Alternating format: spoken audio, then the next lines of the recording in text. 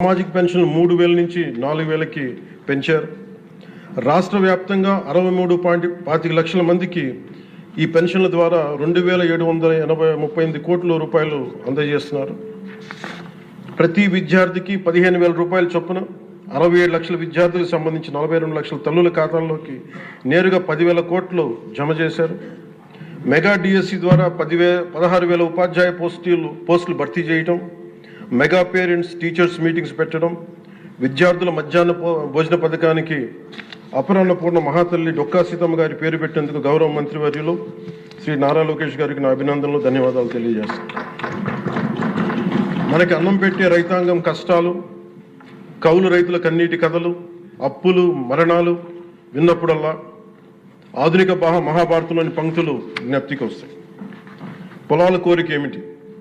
పంటలు పండించి మనిషి ఆకలి తీర్చాలనే కదా అని దున్నే రైతు అనుకుంటా ఉంటే, అందరి ఆకలి తీర్చడం కోసం దుక్కి దున్నే నా ఆకలి ఎలా తీర్చుకోవాలో నాకు తెలియడం లేదు. నా బతుకొక సున్నా కానీ నడుస్తున్నా.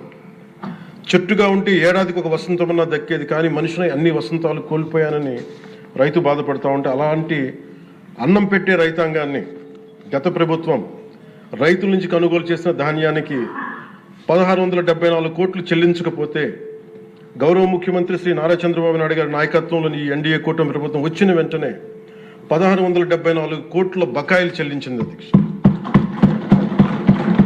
అది కాకుండా అది పే చేసిన తర్వాత దాని తర్వాత 10,650 కోట్లు 7.37 లక్షల రైతాంగానికి 24 గంటల్లోనే 10,650 కోట్లు వారి ఖాతాల్లో జమ చేయడం జరిగింది. ఇంకొక 53,000 మందికి పైగా రైతులకి 48 గంటల్లో సుమారు 1,000 కోట్లు చెల్లించడం జరిగింది. తొలకరి వర్షం తర్వాత జలదానం చేసిన మేఘాలకి భూమిలో ఉన్న ఒక చిన్నారి గింజ మెడ బయట పెట్టి మొదటగా వచ్చిన 2 ఆకులను చేతులుగా జోడించిందంటే కృతజ్ఞతలు తెలిపిందని ఒక కవితా పంక్తుల్లో ఉంటాయి. అలా ఆ చిన్నారి మొలకలాగా ఈ ఎన్డీఏ ప్రభుత్వం అన్నం పెట్టే రైతాంగానికి కృతజ్ఞతతో అండగా నిలబడుతుంది.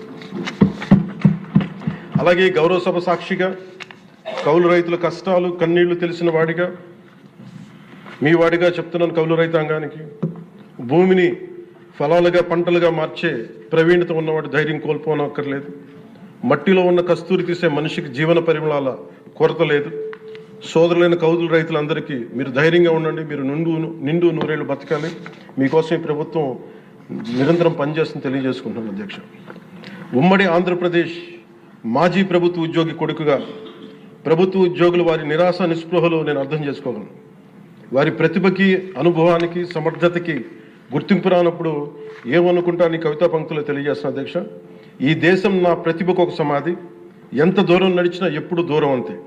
అందుకే పంచాయతీరాజ్ శాఖ బాధ్యతలు తీసుకోగానే, రూరల్ వాటర్ సప్లై బాధ్యతలు తీసుకోగానే 10,000 మందికి పైగా ఏకకాలంలో ఈ ఎన్డీఏ ప్రభుత్వం నారా చంద్రబాబు నాయుడు గారి నాయకత్వంలో ప్రమోషన్ ఇచ్చాం. అధ్యక్ష, అది కూడా ఎలాంటి సిఫార్సులు లేకుండా 77 మందికి తొలిసారి జిల్లా పరిషత్ సీఈఓలుగా ప్రమోషన్లు ఇచ్చాం. సంస్కరణలో భాగంగా 77 డీడీఓ కార్యాలయాలు ప్రారంభించాం. దీనికి అండగా నిలబడ్డ గౌరవ ముఖ్యమంత్రి గారికి నా హృదయపూర్వక ధన్యవాదాలు తెలియజేస్తున్నాను.